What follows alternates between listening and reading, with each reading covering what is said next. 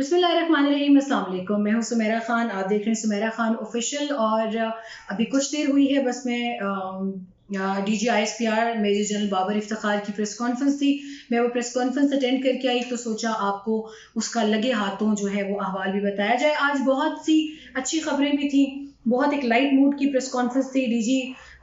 मुझे लगा जैसे DG की तबीयत थोड़ी सी ख़राब है, लेकिन फिर जिस तरीके से उन्होंने बड़े सख्त सवालात को बड़ी खुश उसलूबी से निपटाया, उन्होंने किसी किस्म का कोई ऐसा तासुर नहीं दिया कि उन्हें कोई सवाल बड़ा बुरा लग रहा है, बल्कि आज जो है वो लगा कि आर्मड कोर के जो सख्त जवान जनरल होते हैं वो भी बड़ा अच्छा मजाक कर लेते हैं, और वो मजाक बड़ा मजे का था, बल्कि शुरू उसी से करते हैं। उसके बाद प्रेस कॉन्फ्रेंस के मतन पे आते हैं। एक कॉलीग ने मेरे सवाल किया कि जनरल साहब, आप ये बताएं कि PDM वाले जो है वो मार्च करना चाह रहे हैं पिंडी की तरफ आना, उन्होंने इस्लामाबाद में धरने की, लेकिन पिंडी की तरफ। उन्होंने कहा कि वैसे मुझे लगता नहीं है कि कोई आने की वजह हो सकती है पिंडी, लेकिन फिर भी अगर वो आना चाहे तो क्यों नहीं, हम उन्हें चाय पानी पिलाएंगे, उनको अच्छे तरीके से पूछेंगे। तो ये एक बड़ा मजाहिया मोमेंट था। हमें फैंटास्टिक टी याद आ गई एकदम वहां से कि अभी दूसरी फैंटास्टिक टी जो है ये PDM के नाम हो जाएगी, और अभिनंदन का कोई तो जो है वो जोड़ीदार निकलेगा पाकिस्तान के अंदर।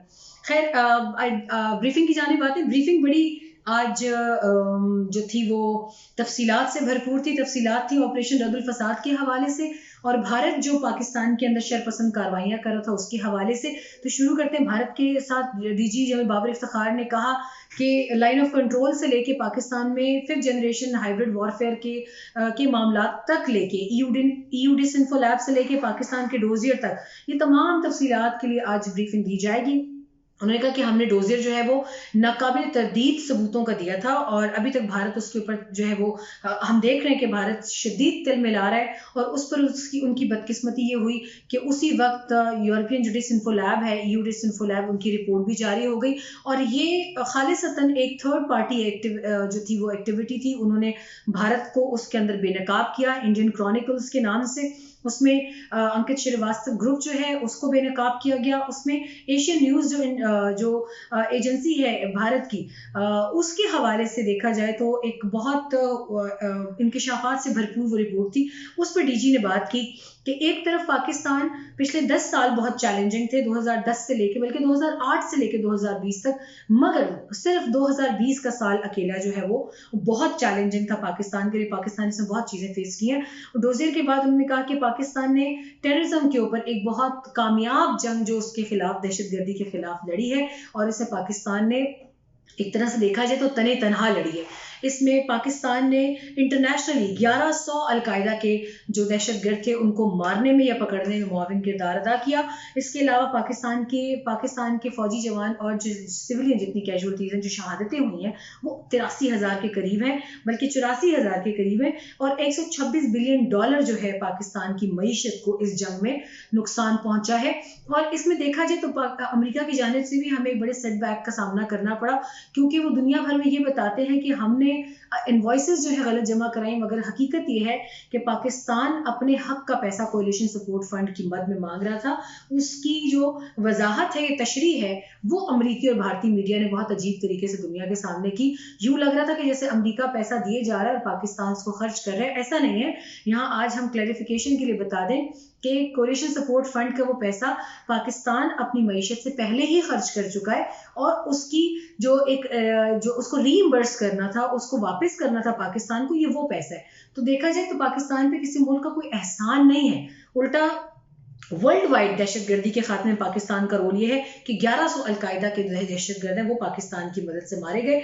DGISPR ने कहा कि ऑपरेशन रद्दुल फसाद में 1200 का अभी तक जो वॉर ऑन टेररिज्म है उसमें 1200 काइनेटिक ऑपरेशन जो हैं उसमें हर तरह के टेररिस्ट को टारगेट किया गया, उनकी ऑर्गेनाइजेशंस को टारगेट किया गया, और 18,000 से ज़्यादा टेररिस्ट जो थे वो इसमें मारे जा चुके हैं या उनको सजाएं हो चुकी हैं। और इसमें अगर दूसरी जानब देखा देखा जाए तो पाकिस्तान के खिलाफ जो भारत की पिछले साल 2019 में जो एक अटेम्प्ट थी, फेल्ड अटेम्प्ट थी 26 फरवरी की, जिसका ऑपरेशन स्विफ्ट रिटॉर्ट की शक्ल में जवाब दिया पाकिस्तान ने, वो सबसे काबिल जिक्र है, नुमाया है कि पाकिस्तान ने दिन की रोशनी में जवाब दिया, जबकि भारत रात की तारीकी का हमेशा की तरह फायदा उठाते हुए उसने सरहद अबूर करने की कोशिश की।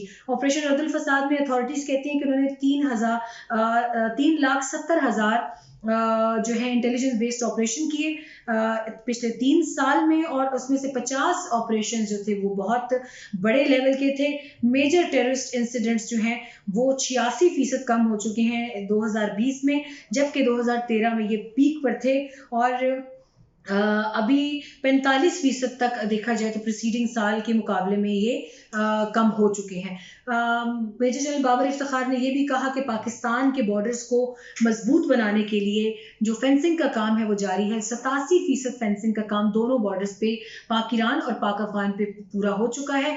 पाक ईरान बॉर्डर जो है उसके ऊपर अगले साल तक फेंसिंग का काम मुकम्मल कर लिया जाएगा, यानी 2022 में, और 2021 में पाक अफगान बॉर्डर पे काम मुकम्मल किया जाएगा।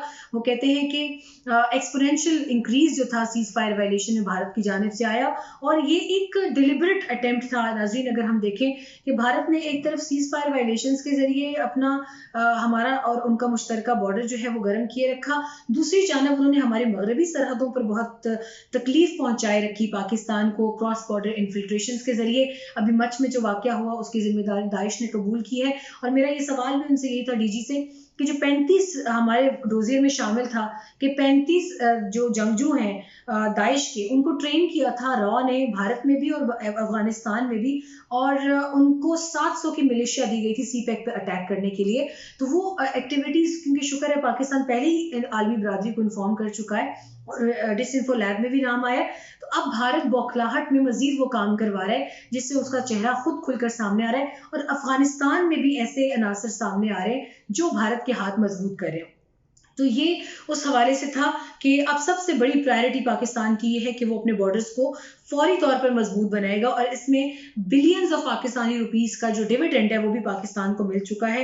यानी पाकिस्तान ने अपने बॉर्डर जब से सिक्योर करना शुरू किए उसमें नुमाया कमी टेररिस्ट एक्टिविटीज में भी आई है, दहशतगर्दों के खिलाफ कार्रवाइयां तेज हुई हैं पाकिस्तान की जानिब से, और इसमें पाकिस्तान ने अपनी कौम को साबित करके फोर्सेस ने ये बताया है कि इसमें जो पाकिस्तान को मुआशी तौर पे फ़ायदा होगा वो बहुत बड़ा फ़ायदा है। वो कहते हैं कि जो अर्सवाइल फाटा है, यानी जो पहले फाटा था अब केपी का हिस्सा है, उसमें देखा जाए तो अब बहुत पुरअमन है, कोई इंफ्रास्ट्रक्चर मुनज़्ज़म दहशतगर्दों का नहीं है। यहाँ उन्होंने ये भी खबरदार किया कि छोटी मोटी जो वीडियोस सरफेस की जाती हैं उन्हें सोशल मीडिया पर बग़ैर तस्दीक के फैलाने से आप इज्तनाब करें, क्योंकि वो चाहते यही हैं कि जो गैर मुसद्दिका वीडियोस हैं उनको सोशल मीडिया पर फैला के ये दुनिया को तासुर दिया जाए कि जो इतने सालों से, बरसों से वहाँ पर ऑपरेशन चल रहा है मिलिट्री, उसके बावजूद वहाँ पे टेररिस्ट ग्रुप्स की ट्रेनिंग हो रही है। पिछले दिनों एक वीडियो जो थी वो गर्दिश कर रही थी, उस पर उन्होंने कहा कि वो ऐसा हरगिज़ नहीं है। पाकिस्तानी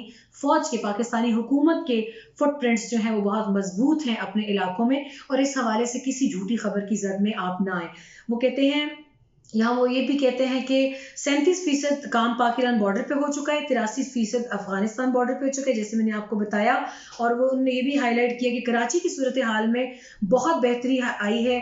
वो कहते हैं कि टेररिज्म के जो इंसिडेंट्स हैं 95% तक कम हुए, टारगेट किलिंग्स 98% तक कम हुई हैं, और भत्ता वसूली के जो वाक़यात थे वो 99% कम हुए हैं, और किडनैपिंग यानी अगवा बराए तावान के वाक़यात में 98% कमी हुई है। कराची जो था आज से कुछ साल पहले क्राइम इंडेक्स रेट में 6ठे नंबर पे था, इस वक्त वो 106ठे नंबर पर है, और ये बहुत बड़ी कामयाबी है लॉ इन्फोर्समेंट एजेंसीज की, कराची पुलिस की, और तमाम तर लोगों की काविशों को, कोशिशों को, और शुहदा के खून को इसका क्रेडिट जाता है कि उन्होंने इन कुर्बानियों के साथ कराची को बहुत हद तक पुरअमन बनाया, और मुकम्मल भी हो जाएगा अगर इसमें सियासी पार्टियां अपने मिलिट्री विंग्स की पुष्टपनाही ना करें। मैं खास तौर पे पाकिस्तान पीपल्स पार्टी का नाम लूंगी कि उन्हें चाहिए और कि वो कराची के अमन को देर पा करने के लिए गुंडागर्दी, भत्ताखोरी, अगवा बराए तावान और टारगेट किलिंग जैसे वाकयात में अगर वो भी किसी गैंग की सरपरस्ती कर रहे हैं तो उनको फौरी तौर पर आप डिस्बैंड करें। खैबर पख्तूनख्वा और बलूचिस्तान के हवाले से उन्होंने कहा है कि वहाँ पर बहुत हद तक काबू पाया जा चुका है मिलिट्री और एफसी के ताउन से। सी पैक की का तहफ़्फ़ुज़ उनकी अव्वलीन तरजीह है। इसके लिए स्पेशल डिवीजन भी काम करिए। गवादर में जो पोस्टेड है, जो बेस्ड है, स्टेशन है, वहाँ पे गवादर पोर्ट की का तहफ़्फ़ुज़ जो है उसकी हिफाजत बहुत ज़रूरी है। और क्योंकि वो बराह रास्त सी पैक का एंडिंग पॉइंट, कल्मिनेटिंग पॉइंट है और दहशत गर्दों की नज़र में है बहुत अरसे से। और इस यहाँ पर ये वो तमाम जो थी आज की पॉइंट्स थे वो ये थे। मैंने पीटीएम का भी पूछा, ईयू डिसइंफो लैब में पीटीएम का भी नाम था कि क्या हम वो इन्वेस्टिगेट करें, तो डीजी ने मेरे इस सवाल के जवाब में कहा कि बिल्कुल। उस रिपोर्ट को हमने सफ़ा दर सफ़ा पढ़ा है और हम उसमें हर चीज़ की इन्वेस्टिगेशन कर रहे हैं। तो पाकिस्तानी कौम को ये सुकून रहना चाहिए कि पाकिस्तान की फ़ौज जो है वो सो नहीं रही, बल्कि वो तमाम तर चीज़ों पर नज़र रखे बैठे हैं। तो देखा जाए तो आज काफ़ी हौसला अफ़ज़ा जो प्रेस कॉन्फ्रेंस थी उसमें काफ़ी अच्छी बातें थी। पीडीएम की खिंचाई पीडीएम की खिंचाई आपने देखी। उनके लिए चाय की दावत तैयार है, तो अगर मौलाना साहब चाहते हैं तो हम डीजी से रिक्वेस्ट करेंगे कि सर अगर उसके चाय के साथ आप हलवा भी ऐड कर दें। कोई मीठा भी होना चाहिए, मौलाना साहब को हलवा बहुत पसंद है। और हाँ, जो सबसे बड़ी चीज़ आज उन्होंने बताई कि जो मुख्तलिफ पार्टीज, खास तौर पे मरीम नवाज की जानिब से या कुछ लोगों की जानिब से कहा जाता है कि उन्हें फौज से कोई मुज़ाकरात नहीं करने, बैकडोर कोई टॉक्स नहीं करनी, तो आज आपकी फौज के तर्जुमान ने वाज़े दो टोक अल्फाज बता दिए कि ना किसी से बैकडोर बात हो रही है, ना करनी है, और ना फौज को इसमें इंटरेस्ट है। सियासी अमल है, सियासी हुकूमतें अपने तरीके से आएंगी। फौज के ऊपर इलेक्शन चोरी का जो इल्ज़ाम लगाया जाता है तो वो कहते हैं कि आप ही की मुंतखब हुकूमत थी जिसने हमें इलेक्शन करवाने का कहा था और इलेक्शन में हिफाजत का काम दिया था कि किसी किस्म की धांधली ना हो, तो हमने वो आपके कहने पे कराए थे।